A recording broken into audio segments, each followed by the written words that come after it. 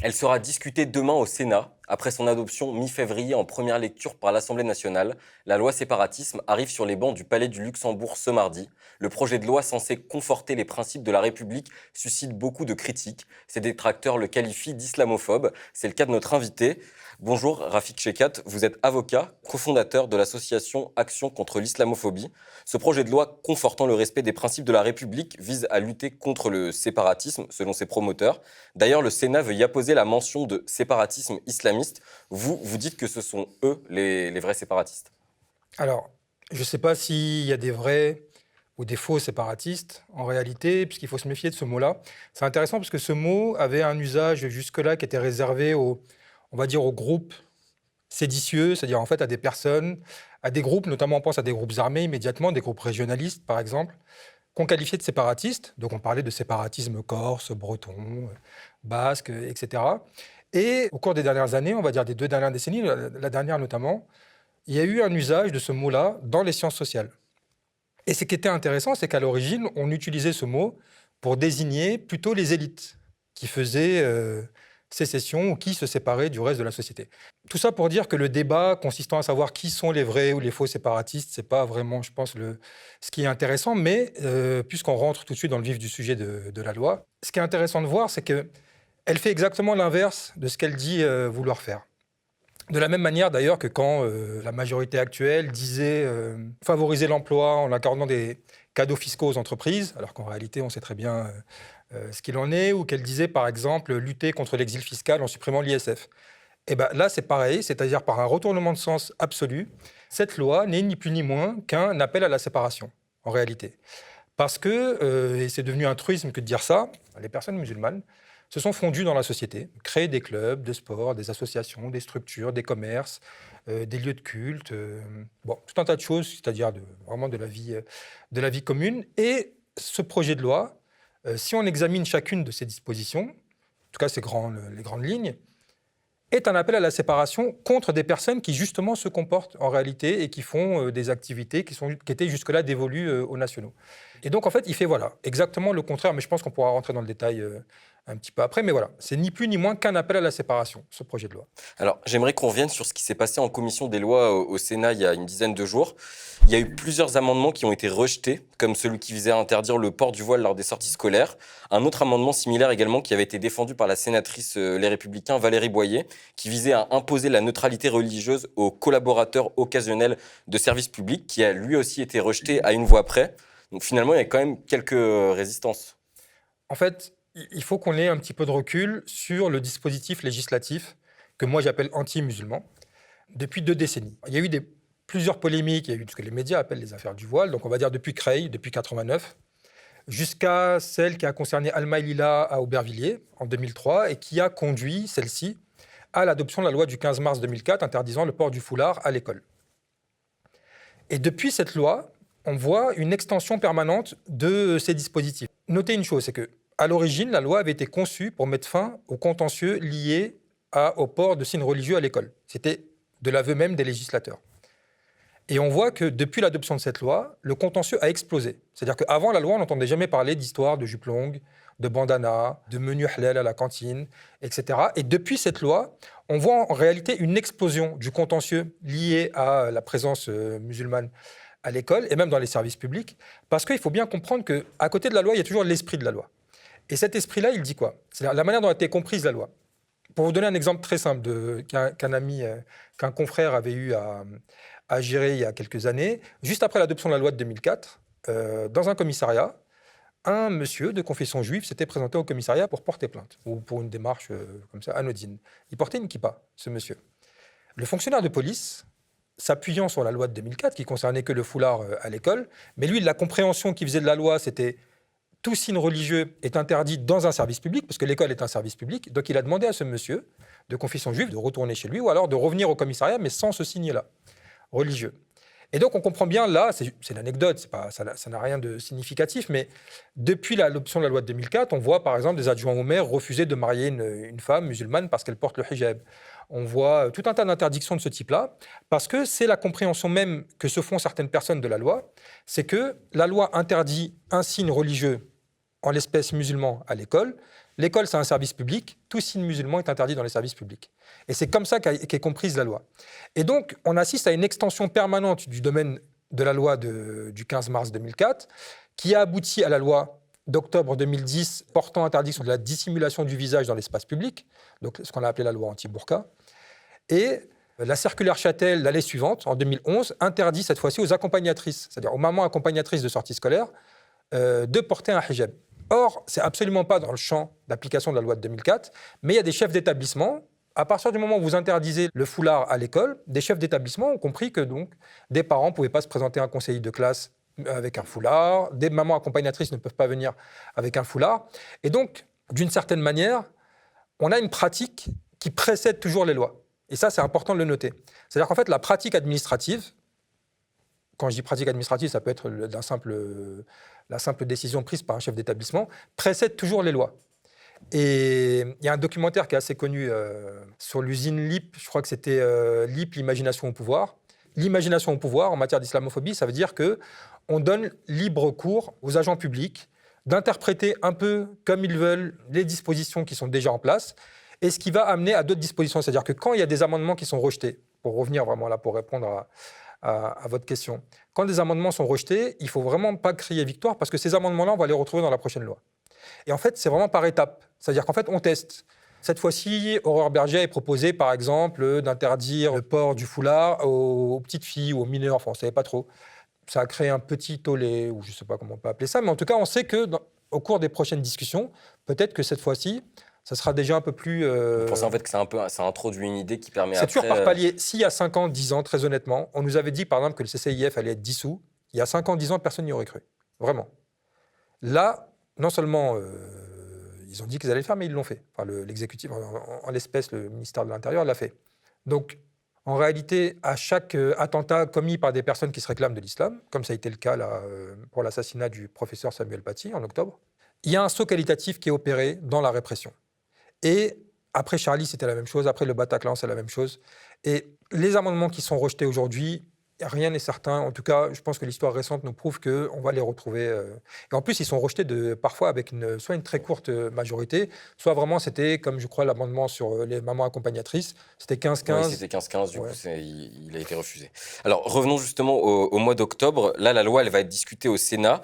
Elle a été adoptée il y a 1 mois et demi à l'Assemblée nationale, mais elle prend racine dans un discours d'Emmanuel Macron, justement, qui date du mois d'octobre. Au Mureaux, ça fait déjà 6 mois. Qu'est-ce qui a changé depuis ? Est-ce qu'il y a des choses qui ont changé ? Est-ce que vous trouvez que ça a évolué de manière positive ou Alors négative ? déjà, vous faites très bien de parler du discours des Mureaux parce que c'est, à mon sens, une des premières fois que je vois un président en exercice détailler par le menu les activités sociales d'un sous-groupe national, en l'espèce les musulmans. Et donc, ce discours-là, il est vraiment emblématique parce que toutes les dispositions de la loi, en réalité, sont contenues dans le discours des Mureaux. J'invite toute personne à lire ce discours-là. Il est accessible en ligne très facilement. Et donc, en fait, on voit un président en exercice détailler la vie sociale des personnes musulmanes, leur pratique et leur organisation du culte, pratiques sportives, l'éducation, l'école, le secteur associatif, le travail, les services publics. Il parle même des débits de boissons dans ce discours-là. Et donc, c'est un discours cadre qui pose vraiment les jalons de la loi et donc les contours de la loi. Et depuis, en réalité, cette loi-là, si on regarde bien, en tout cas d'un point de vue de praticien du droit, la loi n'invente quasiment rien. Toutes les dispositions qui sont dans la loi séparatisme correspondent à des pratiques administratives qui ont déjà eu lieu. Quand on parle, par exemple, d'élargir les motifs de dissolution des associations, il y a déjà eu 2 précédentes que sont les dissolutions du CCIF, du collectif contre l'islamophobie en France, et de l'ONG Baraka City. Et donc là, la loi vient simplement légaliser ou donner un vernis un peu plus légal à des pratiques qui ont déjà cours. De la même manière, les fermetures d'écoles, par exemple, ou alors les fermetures de lieux de culte. On a déjà vu, là, il y a eu le précédent de la mosquée de Pantin. Et donc là, la loi, en réalité, si on regarde toutes les dispositions qui sont dans la loi, elles ont déjà été précédées par une pratique administrative, policière. Sur la répression qui est faite aux exilés, par exemple en France, on assiste exactement à la même chose, c'est-à-dire un droit qui court en permanence derrière la pratique, et non l'inverse. Ça veut dire qu'on va créer tel lieu de rétention de manière totalement informelle, sans qu'aucun texte ne l'autorise. Et au début, ça passe plus ou moins, et puis après, il commence à y avoir des blocages au niveau de l'institution judiciaire, et là, une loi va venir, en fait, légaliser ou donner un vernis plus légal à une pratique. De la même manière, le détournement de la procédure de la garde à vue, qui est vraiment détourné de son objet pour la chasse, et là je le dis à dessein, je choisis vraiment mes mots à dessein, aux exilés, aux personnes réfugiées. On utilise la procédure de la garde à vue alors que ce n'est absolument pas le cadre d'une enquête ou quoi que ce soit. Donc on voit bien que parfois, la loi est en retard par rapport à certaines pratiques. Et de la même manière, aujourd'hui, dans un contexte totalement différent, évidemment, on a, à côté des lois, leur esprit. Et quand on voit, par exemple, la chasse au burkini sur les plages, quand on voit des choses comme ça, là, on est vraiment dans l'esprit. Alors qu'au contexte ne prévoit ces choses-là, mais l'esprit, c'est de rendre suspect le fait musulman ou la manifestation ou la présence musulmane dans l'espace public. Et donc, il y a une volonté d'évincer les musulmanes et les musulmans de l'espace public. Et donc, voilà, à côté des lois, il y a toujours la pratique. Et les pratiques et les lois suivantes, généralement, ouvrent à de nouvelles pratiques. Donc, c'est vraiment un cercle sans fin. Ce projet de loi, il est au premier plan de la communication gouvernementale et particulièrement de celle de Gérald Darmanin, donc le ministre de l'Intérieur, qui a sorti un livre. Il y a eu une intervention d'Edoui Plenel sur le plateau de C'est ce soir sur France 5, où il réagissait justement à ce livre de M. Darmanin, dans lequel il parle des Juifs au temps de Napoléon. Et il mobilise plusieurs clichés antisémites. Une fois clarifié le rapport avec les responsables catholiques, Napoléon s'intéressa à régler les difficultés, écoutez bien, les difficultés touchant à la présence de dizaines de milliers de Juifs en France. Point. Quand vous voyez cet extrait, mis en perspective avec le contexte actuel foncièrement islamophobe, qu'est-ce que vous vous dites ? Plusieurs choses. J'avais lu son livre Gérald Darmanin pour les besoins d'une recension d'un autre livre de Stéphane Beau et Gérard Noiriel sur la question de la race. Et il y avait, bon, c'est pas exactement de la même nature, mais il y avait certains arguments qui pouvaient être proches ou communs. Et j'étais tombé donc sur ce passage en question, qui ne m'avait pas choqué pour une raison simple, c'est qu'à partir du moment où tout le livre est traversé par une forme de complotisme, qui est le complotisme islamophobe. Et d'ailleurs, c'est intéressant de voir que souvent l'islamophobie n'est pas associée à la question du complotisme ou du conspirationnisme, alors qu'on est absolument en plein dedans. Quand je dis en plein dedans, juste pour faire une petite aparté, comment fonctionne le complotisme islamophobe ? Ça consiste à dire qu'il y a un plan concerté, donc de la part des personnes musulmanes, pour faire deux choses qui apparemment semblent contradictoires, mais qui pourtant, c'est ce qu'on prétend que les musulmans et les musulmanes font. C'est à la fois se séparer de la société, donc là ça donne le projet de loi sur le séparatisme, et en même temps à conquérir des pans entiers de l'administration, etc., de la société. C'est-à-dire qu'on reproche aux musulmanes et aux musulmans à la fois de se séparer et d'être partout. Et c'est une formule qui peut nous paraître contradictoire, mais le complotisme souvent marche comme ça par des formulations contradictoires. Et prendre contrôle de la société, c'est les fameux territoires conquis de l'islamisme, qui a fait l'objet d'un livre. Et donc le livre de Gérald Darmanin s'inscrit exactement là-dedans, dans cette vulgate complotiste islamophobe. Et donc il n'y a rien d'étonnant à ce qu'un livre qui soit traversé de part en part par le complotisme islamophobe verse dans le complotisme antisémite. Si on n'extrait que ces lignes-là, on peut être surpris, mais si on lit l'ensemble du livre, on voit bien que, alors il faut se méfier des parallèles un peu paresseux avec les années 30, etc., mais en tout cas, on peut essayer de retrouver des éléments qui sont connexes, qui nous sont malheureusement familiers. Et la figure, par exemple, des frères musulmans joue dans le livre de Gérald Darmanin ce que, je sais pas, la finance juive jouait dans les tropes et dans la pensée antisémite tournant au début du XXe siècle. Et donc, non, j'ai absolument pas été surpris de voir ce passage-là. Ce qui est étonnant, c'est qu'on s'en soit rendu compte qu'aujourd'hui, alors que le livre est sorti depuis des mois, ça prouve qu'il n'y a pas grand monde qui a lu le livre dans son intégralité. Rafik Chekhat, vous êtes avocat, donc vous êtes penché aussi sur les implications juridiques de ce projet de loi. J'aimerais qu'on parle notamment des changements et des nouvelles obligations introduites par le projet de loi pour les associations cultuelles. Qu'est-ce que ça implique concrètement et quel est le but poursuivi par le gouvernement selon vous ? La première chose qu'il faut rappeler, c'est que l'objectif général de la loi, c'est vraiment de venir restreindre la capacité d'agir des personnes musulmanes. Ça, je pense que c'est un objectif qui est assez clair en lisant les dispositions de la loi. Et donc la loi vise aussi bien les associations culturelles que les associations générales, on va dire. Pour celles-ci, donc pour les dernières, il y a une extension du domaine de la neutralité religieuse, ce qui est un fait nouveau. C'est-à-dire que jusque-là, la neutralité religieuse incombait aux fonctionnaires de l'État, aux agents publics. Mais là, on voit une extension, donc à travers une charte, on ne sait pas trop comment elle va appeler, parce qu'on attendra encore les décrets d'application, mais en gros une charte de respect des valeurs ou quelque chose comme ça, que les associations s'engagent à signer, et donc avec à l'intérieur des obligations, notamment celle de neutralité religieuse. Un exemple vraiment concret, parce que là ça paraît un petit peu abstrait, si vous avez une association, un club de foot, féminin, par exemple. Quand votre sein il y a des joueuses musulmanes qui portent le hijab et donc qui jouent, qui pratiquent le football vêtues d'un hijab. Vous, en tant qu'association, vous ne pourrez pas bénéficier d'un certain nombre de subventions parce que vos usagers ne remplissent pas l'obligation de neutralité religieuse. Et donc on voit bien cette extension terrible à la fois du pouvoir de coercition de l'État et aussi d'un certain nombre de principes, parce que la laïcité, c'est à la fois la liberté, mais c'est aussi l'égalité. Et c'est la liberté religieuse. Et donc, que des agents de l'État soient soumis à un principe de neutralité, ça paraît évident. Mais que là, dans le cadre d'une pratique anodine comme celle d'un sport, dans le cadre d'une association, vous soyez astreint à cette obligation-là, alors que vous n'êtes même pas fonctionnaire, que vous n'avez pas la sécurité de l'emploi et encore moins le salaire qui va avec, c'est une extension terrible de ce principe-là de neutralité. Donc ça, c'est une chose. Il y a aussi les motifs de dissolution des associations qui est considérablement élargi, qui va permettre de prendre beaucoup plus facilement des mesures de dissolution contre des associations. Ça, c'est un autre volet. Et sur les associations cultuelles, l'idée, c'est que jusque-là, les associations préféraient passer par le régime général plutôt que par le régime des associations cultuelles qui est un peu plus restrictif d'un point de vue fiscal. Et donc là, l'idée, c'est d'obliger toutes les associations qui passaient par le régime général à revenir sur le régime spécial, celui des associations cultuelles. Donc ça, c'était l'objectif même du projet de loi, et donc là, de ce qui va devenir une loi, selon toute vraisemblance. Et ce qui est aussi en ligne de mire, c'est faciliter le contrôle des lieux de culte, et donc des mosquées, qui sont souvent créées sous forme d'associations. Donc jusque-là, les mosquées étaient... on pouvait les gouverner d'une certaine manière. On jouait sur la question des subventions. Donc voilà, on vous accordait ou pas, on diminuait ou pas, selon qu'on soit satisfait ou pas de vous. Maintenant, c'est beaucoup plus facile de rentrer même dans les instances même de l'association. De refuser, par exemple, que telle ou telle personne rentre dans le bureau de l'association, dans le secrétariat, par exemple.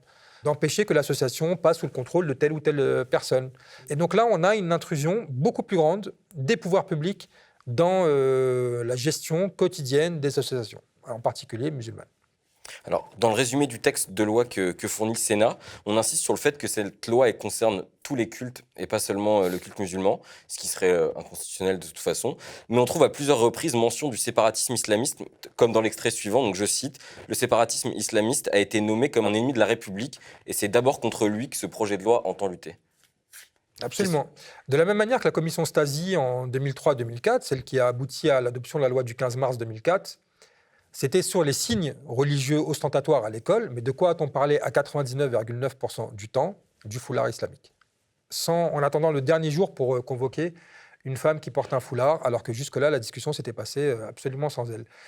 De la même manière, je crois que c'était, je ne sais plus quel sénateur qui avait demandé à ce que le projet de loi soit rebaptisé tout simplement séparatisme islamiste ou musulman, parce qu'il trouve que, voilà, appelons un chat et soyons un peu plus francs.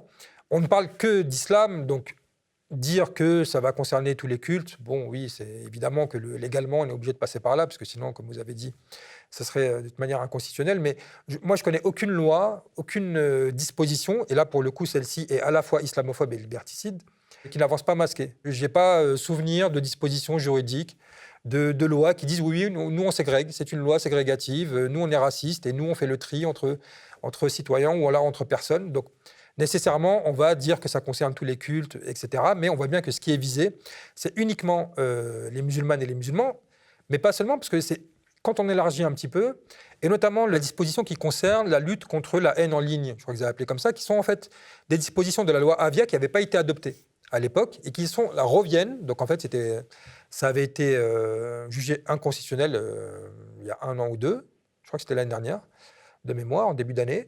Et là, donc, ces dispositions reviennent. Et donc, très concrètement, cette disposition-là va venir entraver de manière très sérieuse l'activité de toutes les associations antiracistes, qu'elles soient musulmanes ou non d'ailleurs. Bon. On peut imaginer que le contrôle sera un peu plus tatillon avec les associations musulmanes, mais toutes les associations, pourquoi? Parce que cette partie de la loi prévoit des sanctions si vous donnez des éléments qui permettent de reconnaître une personne, c'est-à-dire des éléments soit professionnels, soit personnels, qui permettent d'identifier une personne qui aurait eu un comportement discriminatoire. On va prendre aussi là un exemple très concret. Vous êtes patron d'une boutique, d'un commerce quelconque, vous écrivez sur votre magasin je ne sais pas moi, interdit aux chiens et aux arabes, ou interdit aux roms, interdit aux noirs, ce que vous voulez. Si le fait de diffuser sur les réseaux sociaux, en particulier quand on est une association, cette affichette, en donnant par exemple l'adresse du magasin, ou en disant dans quel lieu il se trouve, ou quelle est la personne qui gère le magasin, etc., vous pouvez faire l'objet de poursuites pénales. Et donc on voit bien comment là, ça va venir restreindre, et on voit bien que la dissolution du CCIF a déjà eu lieu, mais avec l'adoption d'une telle mesure, on voit bien que son travail aurait été terriblement compliqué, parce que vous ne pouvez pas désigner, sauf dans le cas où il y a une instance en cours, et donc là vous pouvez dire j'ai porté plainte contre un tel pour discrimination, pour appel à la discrimination, etc. Mais sinon, vous n'avez pas la possibilité, de manière publique, à dénoncer ces comportements-là. Donc ça, c'est une des dispositions, par exemple, qui est dans la loi, qui est dans le projet de loi, et qui concerne absolument tout le monde.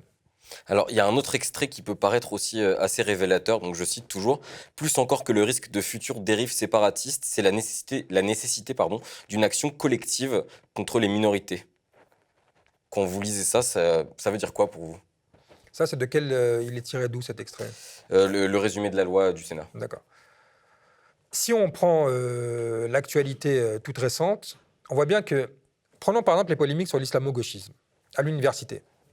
Vous prenez par exemple les tribunes qui sont parues, il y en a une qui était parue à un titre du Figaro, même une tribune d'une centaine d'universitaires qui était parue dans Le Monde, publiée le 1er novembre, dans Le Monde du 1er novembre 2020.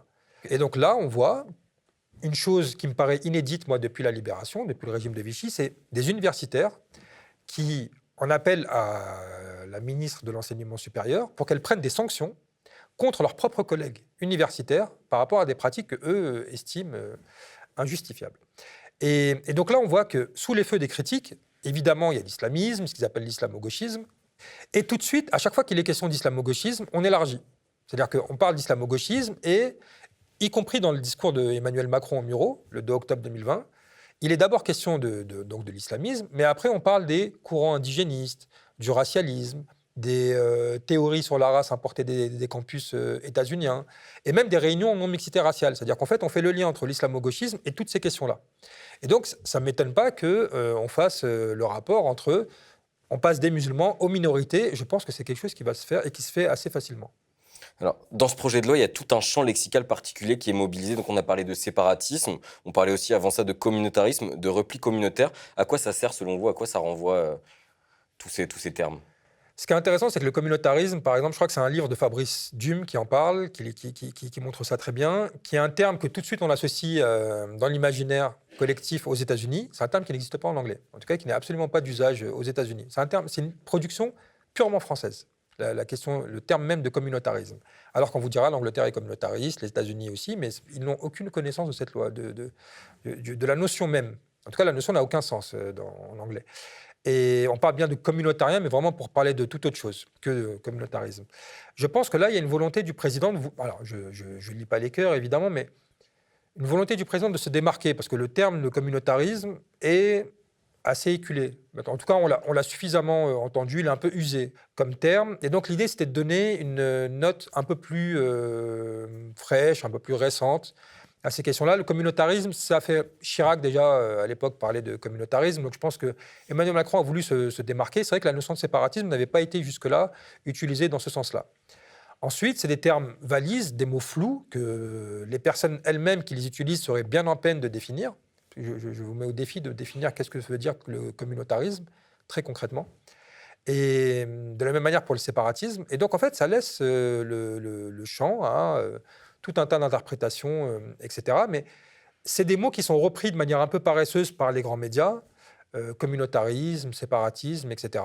Alors que je vous assure que si on demandait juste à n'importe quelle personne de donner une définition minimale de ce qu'elle entend par communautarisme, dans laquelle elle ne serait pas inclue. Alors, le projet de loi, donc, on le disait, il va passer au Sénat demain. Il reviendra ensuite à l'Assemblée nationale. Bref, le processus législatif n'est pas encore terminé. Pendant ce temps, il y a quand même une mobilisation de la société civile et des associations de lutte contre l'islamophobie. C'était le cas, par exemple, donc, le 21 mars dernier. Qu'est-ce qu'il faut faire maintenant, selon vous, pour avancer? Il faut continuer à lutter. Comment on fait? Alors, Déjà, rappeler qu'il y a eu des manifestations pendant plusieurs week-ends d'affilée. Ça avait commencé par la coordination contre la loi séparatisme qui avait organisé un rassemblement le 14 février au Trocadéro. Ensuite, la même coordination contre la loi séparatisme avait organisé un rassemblement le 14 mars. Et après, il y a eu les rassemblements du 21 mars. Donc on voit bien que là, il y a une séquence avec des rassemblements qui drainent plus ou moins de monde contre cette loi-là, dont en réalité on mesure assez peu les effets en termes de chômage, en termes de précarité, de vie sociale dans un certain nombre de territoires. Je pense La mobilisation n'est pas si importante que ça en plus. Par rapport à la termes de- menace, non. Par rapport à la menace, non. Alors, il y a plusieurs choses. La première, c'est que souvent, les mesures, je parle en matière pénale, par exemple, qui visent un segment seulement de la population, ont du mal à intéresser le reste de la population. Ça a toujours été une des ruses, par exemple, de toutes les majorités successives, c'est de dire, au début, on met un certain nombre de mesures, mais uniquement, je ne sais pas moi, la rétention de sûreté, par exemple, mais que contre tel type d'infraction. Et donc là, les gens ne se sentent pas concernés. Et puis, on assiste à une extension, de la même manière que des juridictions spéciales avaient été mises en place, par exemple, au tout début de la Ve République, en 1958, par le général de Gaulle, à l'origine pour lutter contre les crimes de l'OAS. Et donc là, personne ne s'était senti concerné par l'instauration d'une nouvelle juridiction d'exception, en disant, bon, c'est pour lutter contre les terroristes de l'OAS, donc bon, a priori, ça ne nous concernait pas. Sauf que la même juridiction, 10 ans après, au moment des événements de mai 68, était utilisée pour juger les militants de gauche. Et donc, il faut toujours se méfier de ce type de projets-là, de loi et de législation, qui paraissent ne concerner qu'une partie de la population, parce que leur extension est permanente. Je pense que c'est une des raisons qui explique le peu de mobilisation qu'il y a eu jusque-là, mais je pense que la mobilisation va continuer parce que un des avantages de la majorité actuelle, c'est d'avoir tombé le masque. Ça veut dire que jusque-là, on pouvait, avec un certain nombre d'artifices langagiers, etc., masquer une politique qui était, selon moi, ségrégative, mais qui n'apparaissait pas comme telle. Aujourd'hui, vous faites sondage d'opinion autour de vous. Je pense que très honnêtement, plus personne ne doute de la volonté de la majorité actuelle de s'en prendre aux personnes musulmanes. Et donc, c'est à la fois un défi à surmonter pour les personnes musulmanes, c'est-à-dire que Webb Du Bois écrivait il y a un siècle, il disait qu'est-ce que ça fait d'être un problème ? Eh ben, on pourrait poser la même question aujourd'hui aux musulmanes et aux musulmans, qu'est-ce que ça fait d'être considéré comme un problème par le gouvernement en place ? À la fois, c'est source de défis immenses, et en même temps, je pense que le fait d'avoir mis à nu cette réalité-là, c'est-à-dire que la discrimination, maintenant, avance à visage découvert au gouvernement. Un ministre de l'Intérieur écrit un livre sur le sujet, Marlène Schiappa, du ministre de l'Éducation nationale au président, il n'y a pas quasiment un jour ou une semaine sans une polémique qui soit liée à l'islam ou aux musulmans. Et donc là, ce saut qualitatif-là qui est opéré par la majorité actuelle fait qu'il y a peut-être, et je pense, de plus en plus de personnes qui vont se dire maintenant, il va falloir faire quelque chose. Merci Rafik Chekhat d'être venu sur le plateau du Média TV pour nous apporter un éclairage sur la loi séparatisme qui sera donc débattue demain au Sénat. Merci. Discrimination, racisme, violence policière, à l'heure où ces thématiques s'imposent dans le débat public après des dizaines d'années de silence médiatique, aux médias, nous nous efforçons de couvrir ces affaires, donner la parole aux victimes de violences plus souvent et pas à leurs bourreaux, raconter les luttes de ces victimes qui se battent pour leur dignité et le droit au respect et à la justice. Recevoir aussi les intellectuels qui travaillent sur le racisme systémique, analysent ses conséquences sur la vie des personnes non blanches, avec ou sans papier, mettre en lumière les pratiques scandaleuses qui affectent les réfugiés sur le sol français. Mais pour cela, nous avons besoin de vous. Le média se transforme en SKIC, en coopérative, et pour accompagner cette transformation, nous avons besoin de votre soutien. Achetez des parts, rejoignez-nous pour participer au développement d'un média indépendant, la première coopérative audiovisuelle médiatique de France.